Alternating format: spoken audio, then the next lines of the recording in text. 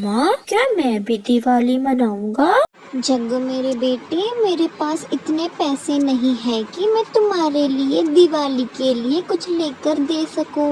मम्मा, क्या सभी पक्षी गरीब होते हैं? मैं एक गरीब घर में पैदा हुआ, इसमें मेरा क्या दोष है? कोई भी त्योहार हो, आप हर बार यही कहती हैं कि हम गरीब हैं। वो छोटा कौवा अपनी मम्मा से लड़ रहा था। आपके पापा नहीं है, अगर आपके पापा होते तो वो भी तुम्हारे लिए फुलझड़ियाँ लाके देते, पटाखे लाके देते। मम्मा, मैं कुकू से पूछ कर आता हूँ। अगर कुकू की मम्मा ने उसे कुछ पैसे दिए होंगे तो हम दोनों इकट्ठे ही दिवाली मना लेंगे। फिर ऐसा कहकर जग्गू वहाँ से सीधे कुक्कू के घर जाता है और वहाँ पर जाके ये देखता है कि कुक्कू तो पहले से ही रो रहा था। जग्गू, जग्गू, इस बार फिर मुझे कुछ भी नहीं मिलेगा। मम्मा कहती है अगली बार दिवाली पर मुझे ढेर सारी चीजें लेकर देंगी, परंतु इस बार क्यों नहीं? कुकू, मेरी मम्मा और आपकी मम्मा गरीब है ना, इसलिए मेरी मम्मा कहती हैं जिनके पापा जिंदा होते हैं वही दिवाली मनाते हैं।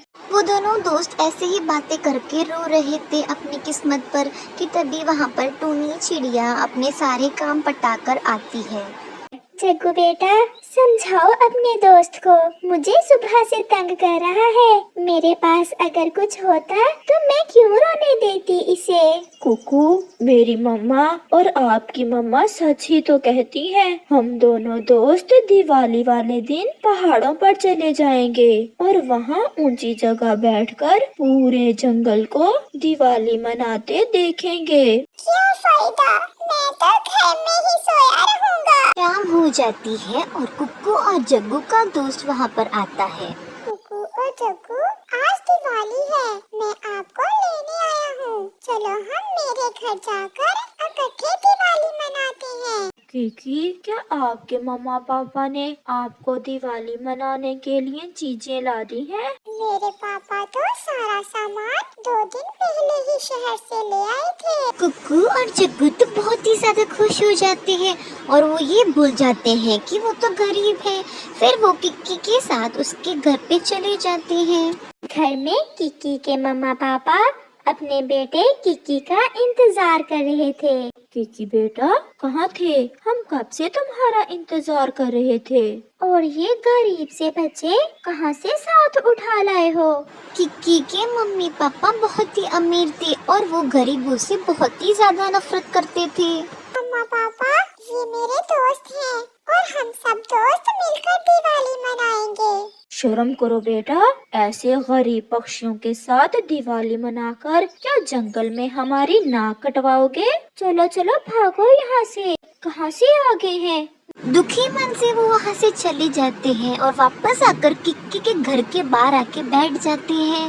ये लो बेटा, मिठाई खाओ। किक्की भी मिठाई को देखकर बहुत खुश हो जाता है और मिठाई खाने लगता है।